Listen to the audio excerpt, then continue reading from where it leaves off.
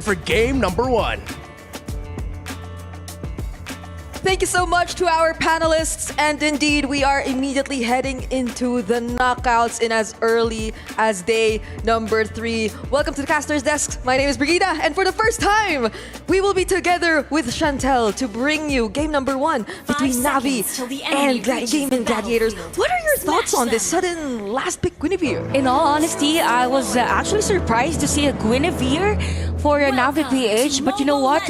We're in it for it because GG played really well in our first match today. Just imagine the progress of this team being able to beat Navi MY, who was actually the winners during their first match for the whole MWI tournament. So I kind of feel like for Navi PH, they're just bringing out all the cheesy strap that they have, because at the end of the day, whichever team that can surprise the team, the other team wins the match. I agree. It feels like Navi PH, they also fully acknowledge how Gaimin Gladiators have seemingly gained a boost in terms of performance heading into this day, fully respecting that they do have to bring in something different, you know. And even our panelists, even I personally thought it would indeed be the Hilda to at least disrupt and attempt to kind of bother the Lancelot, but it's not going to be the case. So now they can be a little more playful in terms of the surprises.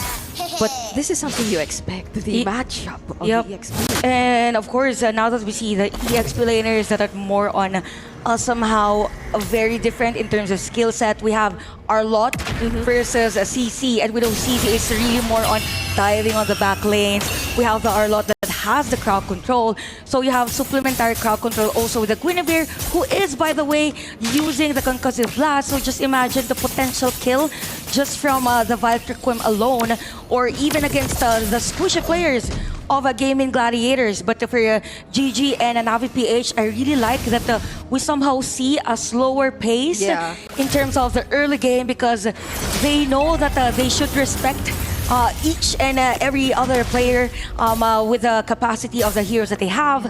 But as we can see, there is a bit of delay with the start of this objective, but we could see a play from Navi PH. There goes the first combo we'll be seeing in this game. First blood goes into Navi PH. Appraiser's Wrath does not connect. Sayori, oh, look at that beautiful AOG coming in from Ashley. 3 members get taken out from Navi PH. It's only not Ayanami left alone. Oh wow, Gaimin Gladiators having the upper hand in terms of the counter engage. All along I thought it was Navi PH winning that team fight, but there was a nice AOG for Ashley, and we could see right now Gaimin Gladiators just having the lead in this game. It's not that big of a lead, but if we look at the instant replay, just look at that.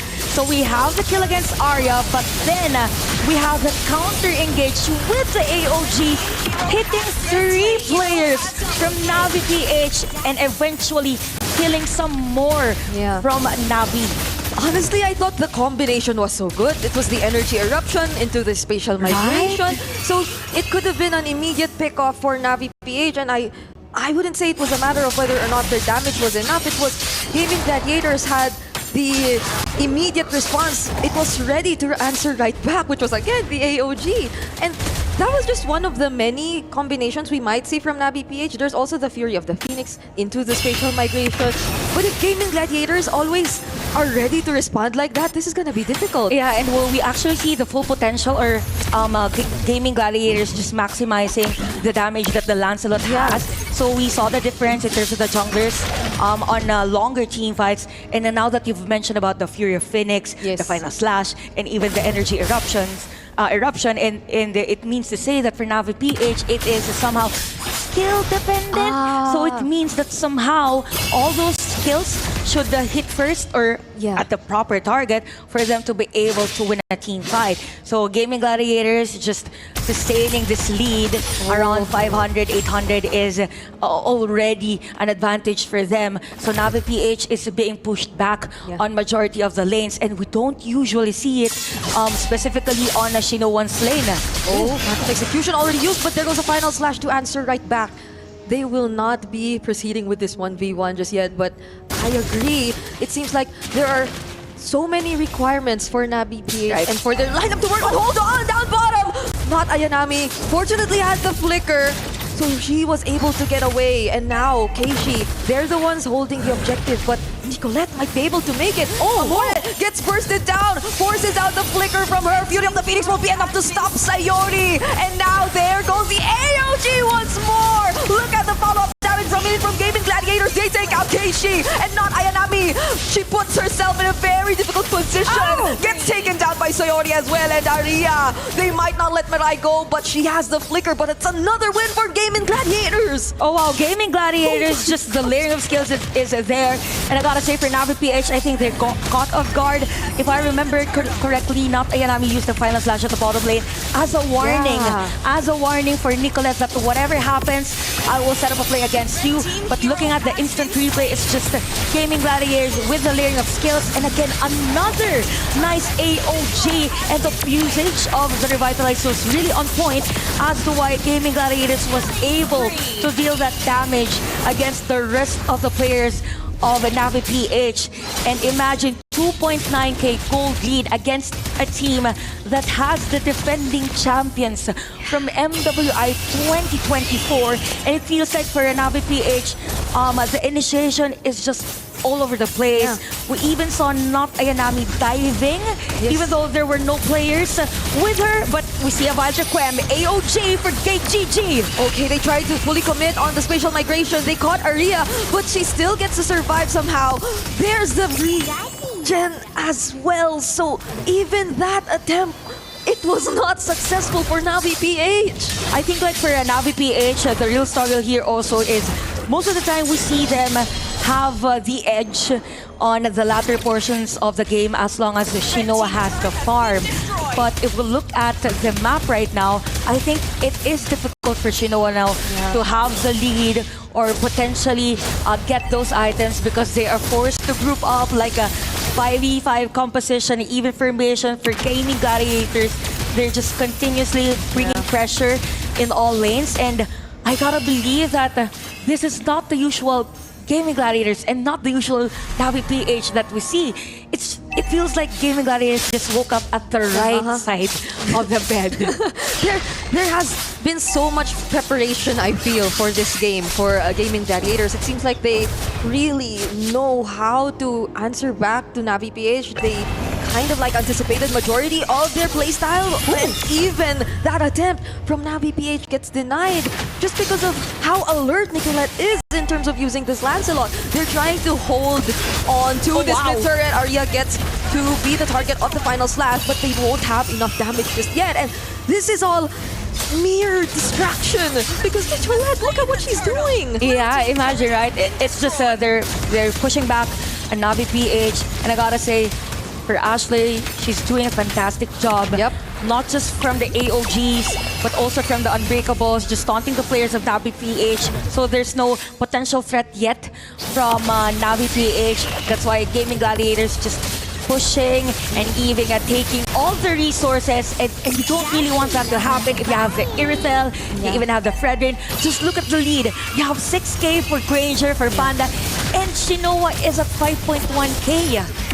Honestly, to add to all of these problems, we forgot to look at the Purify spells in Gaming Gladiators. So even if they do have like multiple combinations to pull off against their members, the best targets have Purify. So it's not gonna be easy either. I think now for Navi PH, they need someone to at least force those Purifies and then get another layer of crowd control for just them to be able to secure decent or probably clean initiation against Gaming Gladiators. But again, it's just a lot of pressure from GG top lane, middle lane, and even on the farm area of a Navi PH. And if you look at the hero composition of Navi PH, mobility is a bit of an issue as compared to GG's. So again, in terms of goal difference, you have 2.1k for the junglers. And even Mirai, even though she's able to hit some of those skills against the GG, it's of course not a good idea to go straight into the Viatriquem. So the team right now that really has the upper hand is GG because we have another defense item from Arya. And speaking of Arya, she has the Vengeance. So just imagine how she is able to sustain. Wait. Oh, that was committed onto Panda, but will Mirai have enough damage to take her down alone in the backlines? Nicolette making work onto Keishi and the other members. course, Keishi is the first to fall, and still they're not able to take down Panda 1, even though there was the flicker final slash. Panda 1 is the one taking that one kill against Navi PH and 7-1. Just imagine, the momentum is really here for Gaming Gladiators. It projected, the momentum from match 1 projected up until this game. They're now starting to take this Lord. I don't think Navi PH has the kit and resource to eventually contest this one. So I feel like for this, you have 70 seconds and even 80 seconds for the flicker. It's gonna be really hard for Navi PH to somehow force a team fight or initiation, or I don't think it's even an option for them. So Gaming Gladiators 7.2k gold lead, and Nicolette is just playing really well, even though it's just 6 assists, right? No kills, but 6 assists out of 7 kills for GG is something. Yeah, and it's scary to think that they're both like, their lineups specialize in melee, like they want to fight up close, they want to close into their targets, but the team who gets to make use of their lineup a lot more better is clearly Gaming Gladiators, because they have certain timings, they have skills that they can save for later, and that eventually causes Navi PH to clearly lose out on the entire team fight. Now they are about to take out all of the holy shields from their turret. Oh wait, look at Nicolette! Just confident, diving in front of the players of Navi PH. Now we have the Lord, it's just the first Lord. It's easy for Navi PH to defend this one out, but we have another layer of pressure in the minion waves that will flow for GG. So again, it's all about a hit or miss type of initiation for Navi PH. But when they hit, they have to make sure that they will capitalize on that. Top lane again, continuous pressure. We've been reiterating on that for GG. Oh, bottom lane. And they actually take out Nicolette though. There's the OG again, but somehow not Ayanami gets punished for that attempt. It's a -1 for Navi PH, and Gaming Gladiators, they must be very happy with that. All holy shields get taken out. They also get a pickup, and with 3 simultaneous waves coming in, there's a very high chance they might actually commit to something. Sayori, definitely, she will be starting the fight, but they just go for the turret for now. Nicolette again and again. This is so much pressure if you're Navi PH. Yeah, and the pressure is not just about pushing the turret. It's a pressure that there's a threat anytime. There's a threat that anytime there is a player from Gaming Gladiators that would actually dive. And it's not just Nicolette, because we also have Arya, you also have Ashley, and Sayori, by the way, with the usage of the IMUs. I think Navi PH is struggling somehow to go for the counter engage.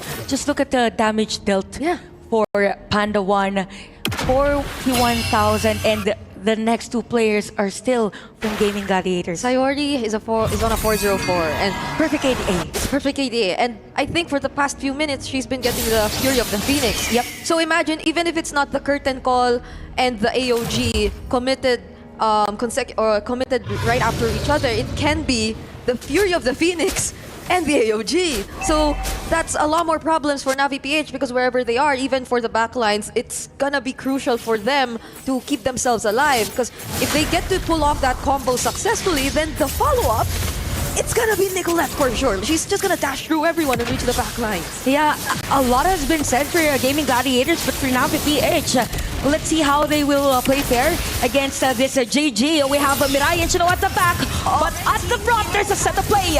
She's the first one who falls. That's very unfortunate for Navi PH. They might have to disengage and not commit to this fight any further. Now, the rest of the members of Gaming Gladiators, they just walk back to the Lord. They know that this is for sure gonna go into their hands. Yup, indeed. Gaming Gladiators securing this Lord in our 14-minute game time. Now Mirai is forced to actually build this immortality. You have the Radiant Armor for Amor. Not really sure if they're able to sustain some of the damages from Gaming Gladiator, and you also have the Blood Wings. So we have the Lord marching in at the top lane. Again, Gaming Gladiators just putting a lot of pressure in all the lanes. A lot of divers also. Navi PH, they need to defend this one out. They need those skills to actually hit and secure a kill against GG. Oh, they tried to commit Aria, but she's too tanky. You know, a heavy crossbow out of the AOG. There's the counter beauty of the Phoenix committed also by Navi, but there's also the Lord that they have to take care of. And it seems like the trains are just about to come in, because look at Nicolette trying to take out every single member, but the energy eruption denies her of that. But still, Panda 1 is alive, and this might just be it for GG. They get to secure game number 1 with a clean wipeout and a triple kill. Oh wow, Gaming Gladiators winning against Navi PH in a very dominating fashion. In all honesty, I am speechless and beyond mesmerized with their plays. I mean, Nicolette has been playing really well. Not just Nicolette, every player from GG played really well from the initiation, from the early game, from all the skirmishes that they had, winning majority of the team fights. They know when to start a team fight, and they know when to disengage in a team fight. That felt like GG weren't the least bit nervous about going up against the lineup of the former defending champions. But let's see what our panelists have to say. Let's throw it back to our panelists. Absolutely dominating performance by Gaimin Gladiators. Hell yeah, confident I feel like is the least thing you can say about that. There are more words that you can say, but just similar to Chantal, I am out of words. They were that damn good. Even I was a part of someone who was so surprised. And looking at their reactions, you could definitely see some little celebratory dances and claps around there. And definitely for Gaming Gladiators, they did a fantastic job onto the draft. And the execution itself and the map is so beautifully made. But they need to chill, right? They need to chill. Navi PH are not anything if not even more dangerous when their backs are up against the wall, right? They will download this blueprint and they will utilize this to come back in the second game. But again, I do agree. I have to share the sentiment. I don't think this is something that we really expected, that triple kill to really close things out. You are feeling that momentum from that previous match to this match. And a lot of highlights, I would say, right? I think, Renmar, you were the one that mentioned that the Gatot Kacha for Ashley, that opened up a lot of avenues. And I really do believe that this all started with the drafts. Yep, we discussed it. We wanted more damage from the side of Navi Philippines, and it seems like they overloaded a little bit too much on the crowd control and utility aspect of what their lineup can bring to the table. While Gaimin Gladiators, yes, we think about Gatot Kacha as a huge setup roamer, can frontline, strong crowd control, but the Gatot Kacha deals a lot of damage from minute 1 all the way to the end of the game. He scales very well with the amount of health he has available for him. Yeah, plus the addition of the IMU by Sayuri, just constantly copying the Pure to Phoenix, plus the layer of the vengeance here for Arya. That was just beautiful massacre in my opinion here for Gaming Gladiators. Like literally all from minute 1 up until the very end, we could definitely see any windows here for Navi Page was close, right? And even here the great performance for Panda, just totally annihilating the gold lane, especially onto the ending triple kill for their game. And to top things off, right, they did a really great job at shutting down Not Ayanami. I think even coming before this match, a lot of people have highlighted the fact that Navi PH work on a tempo that usually Not Ayanami sets. So when she gets shut down from the early game, when she is unable to surpass the front line from the opponent, get to what she wants, that's when you see the entire tempo and the decision-making kind of crumble, surprisingly, for Navi PH.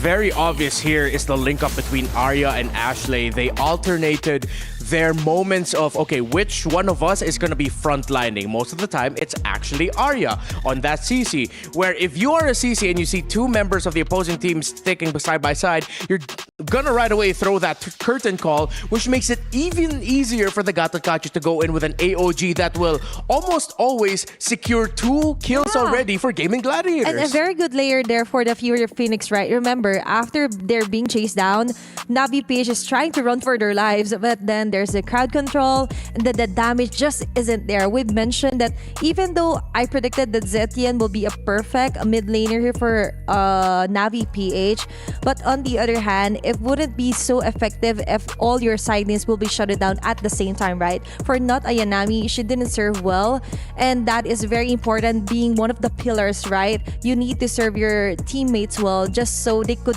finally have that freedom to farm up. And Keishi with the utility jungler, as we all know, you have to be very aggressive. You have to take the early game, even the turtles, but that didn't happen. So the essence of a utility jungler just isn't there yet. I agree. Because the thing is, if you have a utility in the jungle, you can afford having some damage in the mid lane, right? Which is why we were thinking about heroes like the Kimi. Okay, the Kimi was banned out. But the Farsa, that was left open. Granted, it could have been tricky. Maybe that's why they went for the Zetian, because they saw the Gata Tacha on the other side. So I think even from the drafts, it was just really brilliantly executed by GG from the first phases. So I think we have to reframe our thoughts here just a little bit, wherein it's not more of asking Navi PH, why didn't you get damage in the mid lane? Let's veer it off and focus more onto Gaimin Gladiators. They just drafted it to the point where Navi PH couldn't afford to put someone with more damage in the mid lane. They needed something with a little bit more utility to survive all the aggression that the lineup of Gaimin could bring to the table. So it feels like they were stuck with a Zetian at that point. Yeah, and also with the Valentina pick, that was beautifully executed here for Sayuri as well. And so far onto the draft, we could definitely see the plan there. And riding the high from your previous game, of course, with that kind of masterful, complicated, but at the same time, some may say that that isn't the meta, but they are not scared to experiment and stick to what their blueprint is, which is to totally shut down Navi PH as early as possible. All right, very quick, Eterna, I have a little bit of a surprise for you. You'll get your chance here to preach the good word of Ashley, because we're going to be focusing on the roam for our head-to-head. So, Eterna, please. Man, Ashley, let's take a look at the head-to-head, and let's take a look. Whoa, average KDA 13 on the Gatot Kacha.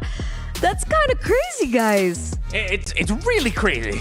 Yeah, and definitely it really reflected just Ash slaying all the members here for Navi PH. Even Mirai wasn't able to do much with her Guinevere pick, right?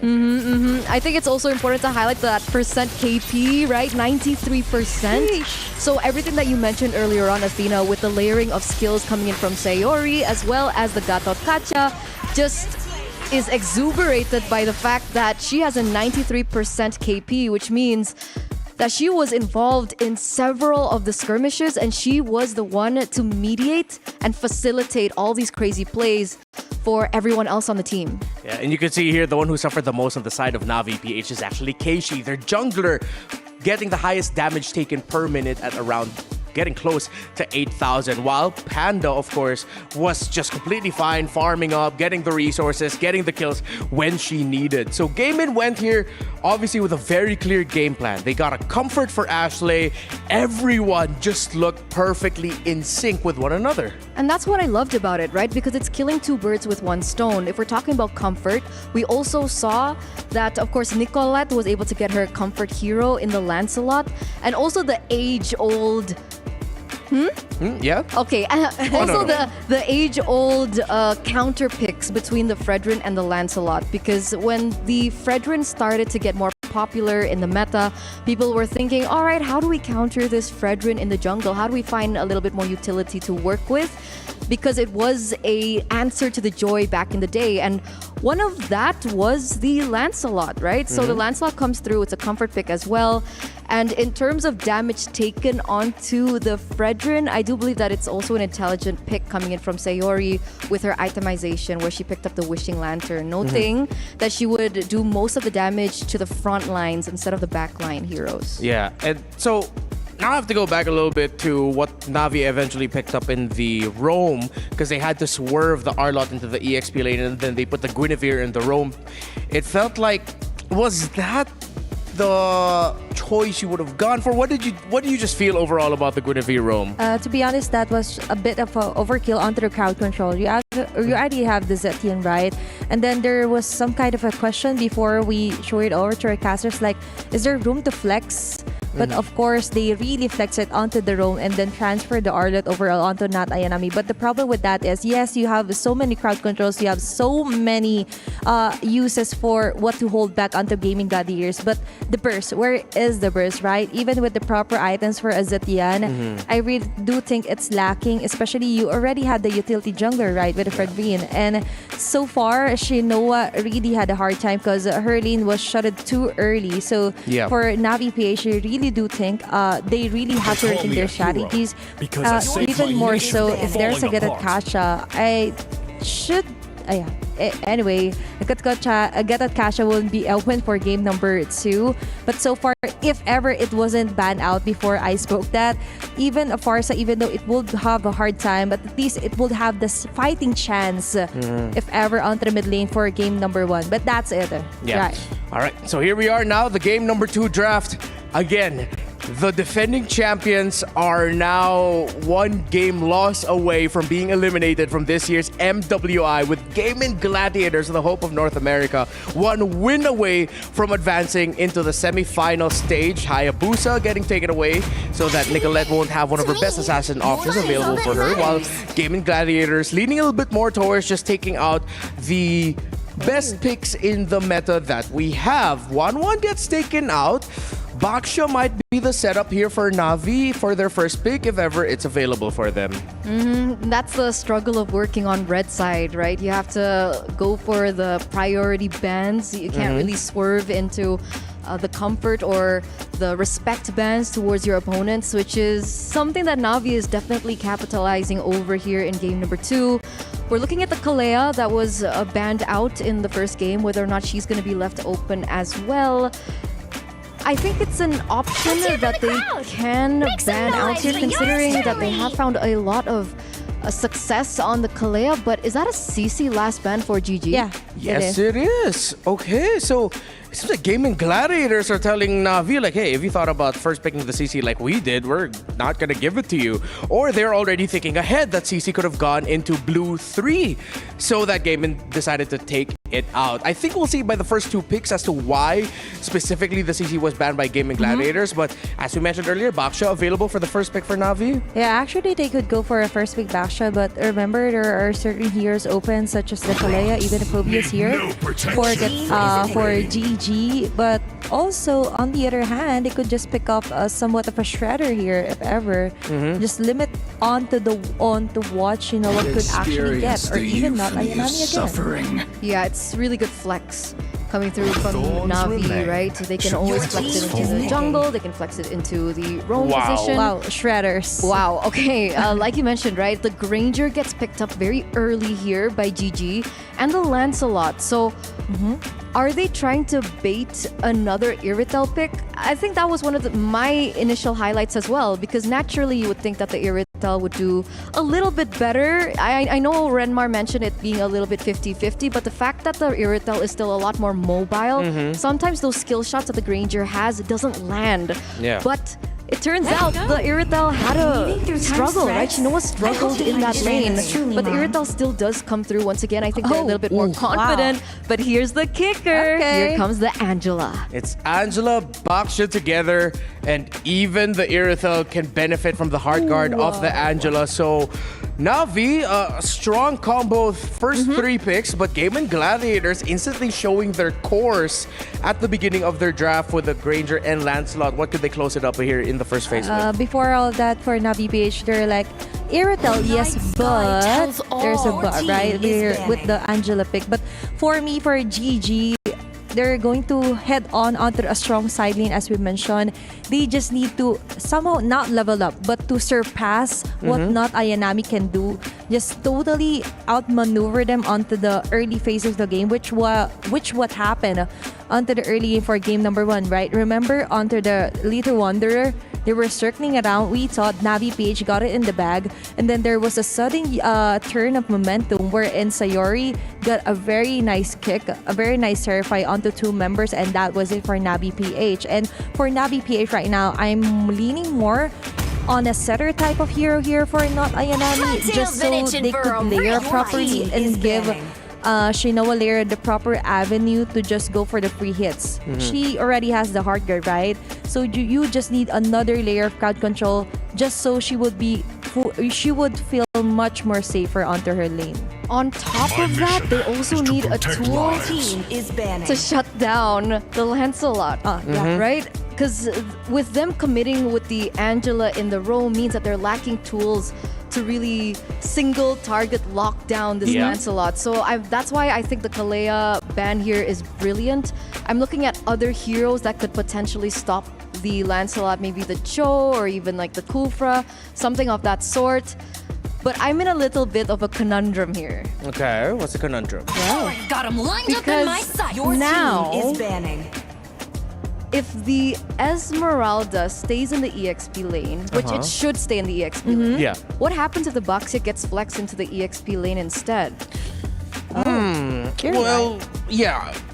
I think Navi might not have the room for that. Laning-wise, that will make the Esmeralda struggle somewhat. However, it's like if Navi decides to do that, they might be overthinking the EXP a little bit too much. So yeah, if it goes into the EXP, the Esmeralda might have a difficult time. You shut that down. But then you take away a very powerful combo in terms of applying pressure all across the map in the Angela and Baxia together. Yeah. Here's another possibility. What if this Angela isn't going roam? What if this Angela's actually going in the mid? And then the roam, as you mentioned, you were looking for lockdown earlier, will come through that. They take away the Badang, so we might still not be seeing the roam pick up for Navi. While for Gaimin Gladiators, let's look at them a little bit more. They still need their roamer and their mid laner. Mandate. Your my legacy But I do love the respect though with the Hylos being banned out as well here against GG. But you mentioned, right, there is a certain flex for an Angela to be on the mid lane. But I do believe this should be in the roam just so they could have that extra burst here for Amor. And Amor is really good with artillery mages, right? And I wouldn't want to waste some of those hard-earned mechanical skills onto a very important match. Remember, they're only one lose away from totally exiting MWI. So you would want a more powerful, impactful hero onto mid. If you want impact in the mid, whoa, Angela Yuzong, come on, pick up a Jawhead. Just go pure damage right now. Put a Jawhead in the roam, put that Angela in mid, put your Yuzong in the XP, and then Baxia in the jungle. If you want impact, that is a possibility, that they're just gonna put this Angela in the roam and then even more magic damage in mid. Oh, come on, give me something. Oh, Grok! Okay. A Grok!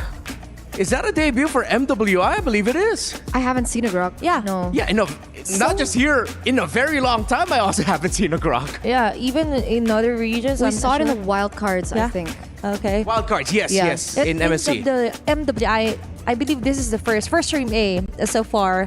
And I do believe that they're going to go up against a very risky play here for Navi PH. Yeah. In my opinion, though, they should have just stuck with the Rome Angela first. But let's see. Hey, that's a Yuuzhan here for not Ayanami. Yeah, Yuzong versus Esmeralda in lane. Been quite some time. Spell Vamp. Oh, we're gonna have to get a really close look at the EXP lane mashup, definitely. Minotaur is the last pick for Gaimin Gladiators. Considering how unique the lineup of Navi is right now, I am leaning a little bit more towards Gaimin Gladiators with the good balance of safety, utility, good sources of the damage, and it looks good for GG. Don't have a lot of time right now to talk to the rest of our panel. We will talk about it more, but now we have to toss you on over to the mother and daughter of all series, Chantel and Brigida, to potentially close out this series. Thank you so much to our panelists. And right now, it's gonna be a test of endurance and mental fortitude, of course. Navi PH on the brink of being eliminated in MWI 2025, and Gaimin Gladiators so close into bringing that North American dream of securing their journey in this league. Here we go. A lot of folks, early game. Brigida, honestly, how do you feel about this hero composition for both teams? For Navi PH, I'm gonna start off with this lineup. I'm feeling really excited. I know it's not the common mid-duo we see nowadays in terms of the meta, but I feel like it can apply so much pressure. It can allow and support so much of their teammates in whatever they want to do. And unlike earlier, I'm hoping that it doesn't have so much conditions for it to work, because earlier clearly it was different. There wasn't that great of a distribution in terms of damage. It was mostly on crowd control, as mentioned on our panel, but now this is clearly different. Hopefully this is different for them, but not Gaimin Gladiators too. You're so close to seeing them actually get there, as you mentioned, to that, making that dream come true. Yeah, I would agree. And I think for Navi PH, this is just more in the comfort heroes. If I'm not mistaken, Mirai has been using Grok for a very long time. Yep. Even during the MWI qualifiers from last year. So, yep, it's a comfort versus a team that is more on the aggressive side now. But if we look at the emblem sets for Gaimin Gladiators, they just really want to burst majority of the heroes from Navi PH. You have the emblem, you have the support emblem also, or talent for the Esmeralda. And I think, I don't know if you would agree with me, but Arya's hero is going to be the X factor here for GG, because it is meant to actually counter out the Angela, which is supposed to be the X factor for Navi PH. Yep. But the thing is, it feels like even though there is that passive and all that, the possibility of the shields being taken up by Gaimin Gladiators through Arya, it doesn't change the fact that Navi PH, they're frontliners, they're just too tanky. So you have to ask and you have to see who among Gaimin Gladiators would be assigned to potentially being able to supply the necessary damage to deal with those frontliners, because if not, then this is a much more freer game for Shinoa. And speaking of, it seems like Navi PH might be starting things right now. There's the Hard Guard and the Black Dragon form, and they might just be able to find their first target.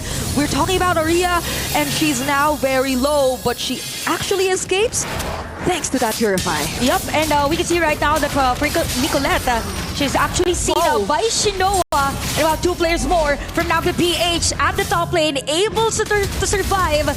So that was a nice escape for Nicolette. And I think was she able to get to that purple buff of KG? Yep, she was. That is mission accomplished for Nicolette during that time. So it's just her limiting the resources of Keishi, and you don't really want that to happen against Ibaksha. But things are looking good still for Navi PH. They have the control in terms of that because they control the river side. They know where Nicolette is. So Navi PH, as long as they're able to continue this type of information that they have, then it's going to be good for them. And it will be good for them if they take out Arya. And that finally happens for Navi PH. It's first blood for them. I feel like this is one of the crucial players you need to deal with in the early game, and they do just that. So this might drastically change the outcome of this game if Navi are able to maintain this tempo. Yep, so true, because I remembered when I said that Keishi doesn't really want those resources being taken by Gaimin Gladiators, and I looked at the hero. She doesn't really need those items, but so far, Navi PH is still continuing on that aggression. There's a trade this time around, or Navi PH was able to replicate that steal for the buff. So for this game, it feels like for Navi PH, they kinda knew what to do against the Gaimin Gladiators. But in 10 seconds, we have another objective. By the way, Shinoa has the task. Also expect later on that we might see a 4-1 setup, probably 5-man setup for Navi PH. Phantom execution already committed, but Nicolette, she might just put herself in danger. Forced to go away, Ashley defending the rest of her teammates.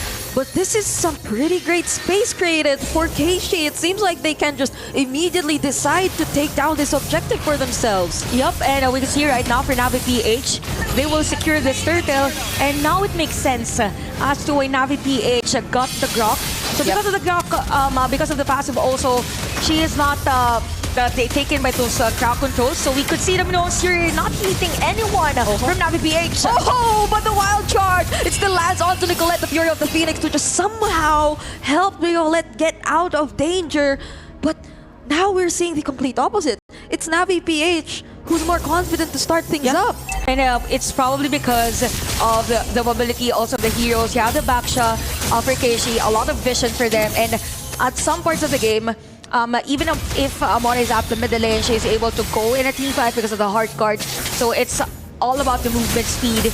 But it's not much of a lead for Navi PH. They just have to continue on forcing initiations from against Gaimin Gladiators. So there is Turret Destroy at the top lane, and we have the wall. Sayor is forced to use the flicker, and even not Ayanami is being taken down at the bottom lane. Oh, it seems like there are trades happening all over the map. Not Ayanami was taken down earlier in the bottom lane, as you mentioned. But Navi PH, it seems like they weren't successful in getting that trade onto Ashley. So Gaimin Gladiators are able to equalize, at least in terms of the skill score for now. But it doesn't change the fact, the lead, the slight gold lead, it's still in Navi PH's hands. Yeah, that's true. But I feel like for Gaimin Gladiators, they know how to do their trades because of their efforts to actually destroy a turret at the bottom lane. So Navi PH right now, they are somehow taking things slow because we somehow saw an aggression for them, but at the same time, they know the potential of the enemy team. So Mirai is up front of 3 players of the Gaimin Gladiators, but Arya has been shown around the map. So there's been a lot of folks at the bottom lane, but no one is forcing an unnecessary initiation. So it's more of the discipline that is being shown by both teams. But we see 2 players from Navi PH starting this turtle. Oh, GG, they're still gonna go for it. But Keishi secures the turtle nonetheless. Black Dragon form is still on, and they are gonna go for Aria. But before they even get to take down Aria, surprisingly, Panda 1 gets executed as well in the other parts of the map. And they might try to go for converting into other structures for now. But this is a surprise. All over the map, Navi PH, it seems like they have a clear picture of how they're dominating this already. And they're still continuing the aggression here at the purple pit. So we have Nicolette being taken down, but by not Ayanami and even Ashley. So I think the middle turret could be taken down also by Navi PH. Gaimin Gladiators is just somehow confused on how to counter-engage against Navi. Yeah, this is clearly Navi PH knowing fully well that they have no reason to hold back. If we would look at that instant replay, this was just a few seconds after they got 2 kills, right? So they literally do not want Nicolette to perform the same way that she did earlier, and they're doing a great job at that. Nicolette right now is behind in terms of Keishi, even if it's just 1 level. This is a Lancelot we're talking about. Yep, well, we really have to commend also the wild charge from Mirai. I think that millisecond of crowd control has been dealing a lot of, let's say, casualties against Gaimin Gladiators. And if we look at the gold lead, it is definitely Shinoa on the upper hand as compared to Panda 1. Hence that solo kill earlier at the bottom lane. So this is detrimental for Gaimin Gladiators. Also that the middle lane has been destroyed already because, Nicolette is being stopped in terms of the usual rotation that she does with the Lancelot. And GG are yet to have their anti-heal.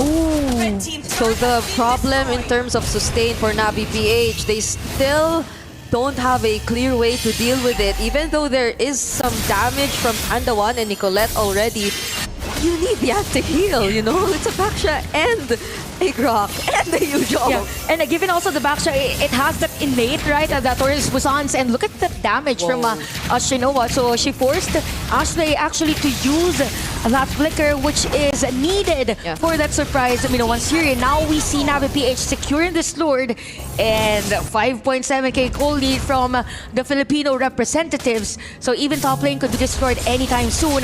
Nicolette putting all efforts just to clear the minion wave, but there's another minion wave at the top lane. Yeah, there are a lot more minion waves that they have to take care of. The Heart Guard is being hovered on Shinoa, but they're most likely gonna be careful about this. They have a Lord that's gonna march down bottom. They want to for sure keep themselves alive, right? Like, they want to accompany this Lord in their attempt to make the most out of it and take away at least an inhibitor turret for Gaming Gladiators if they can. Yeah, just to be able to capitalize on this. But knowing that this is the current situation of the game, it is 10 minutes, yes, but for Gaming Gladiators, they have the kit, they have a scaling hero, they just need to, as much as possible, defend this Lord. Okay. If they can. So, Gaming Gladiators, they are able to defend this Lord. We have the effort. We see the efforts of Nicolette at the middle lane just to cut the minion wave. So it means that the second tier turret at the middle lane will still be defended by GG. So nice efforts for her. But at the bottom lane, there's another layer of pressure coming in from Navi PH. And it's indeed an inhibitor turret that they're after. Falling Star Moon committed by Aria, followed up by the Minoan Fury. But will the damage be enough? Because there's the wild charge, and there's the dive coming in from Ayanami. They immediately pick off Ashley and take that inhibitor turret. Nicolette, though, Thorn Groves is committed. Gets to dash away. Phantom Execution to escape. Oh my goodness. 6-1 for Navi PH, destroying the turret at the bottom lane and even probably securing this turret at the middle lane. Sayori, almost low on life. We have the players from the Philippines trying to somehow limit or take all resources against GG. So I think, it is really evident that for Nicolette, it is really hard to play up against a team that is more on the tanky side. Just imagine, this is up against the Yuzhong, up against the Baksha, and you also have the Angela.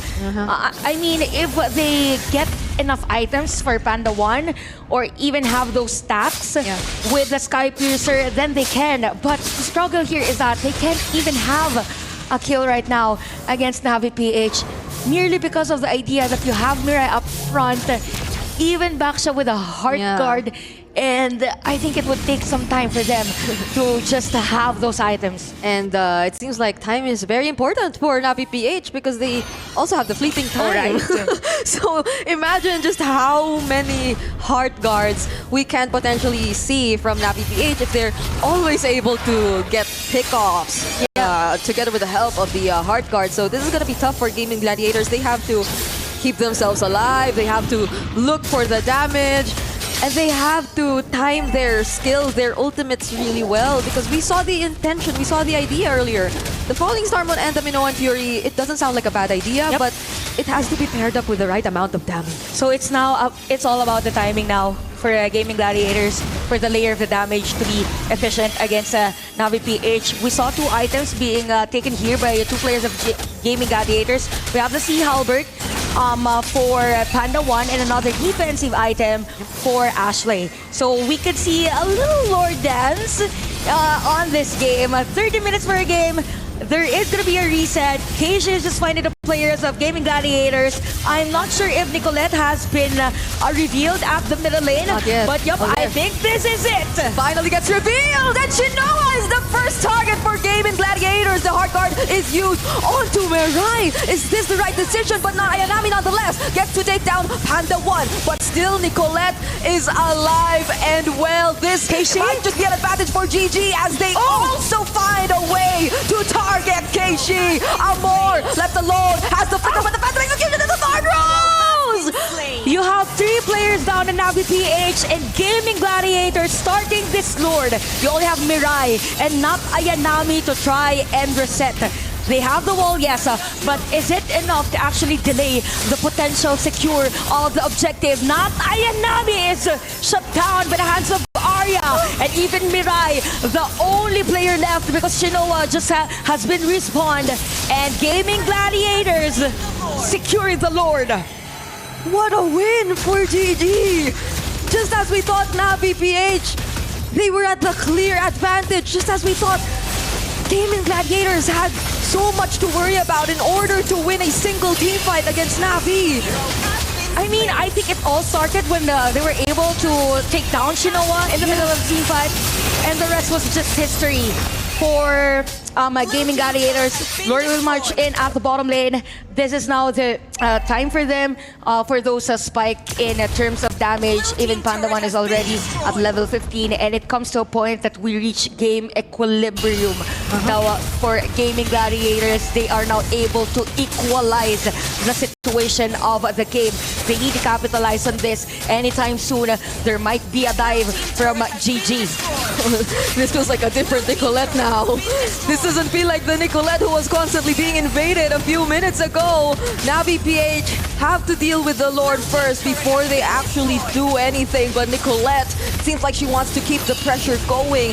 Damages Keishi every now and then. But it's a successful defense for now from Navi PH. May I remind you that for Gaming Gladiators, this is their second match for today.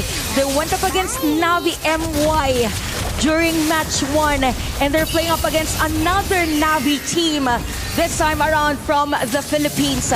So they are currently at 900, almost 1,000k, or 1,000 gold lead.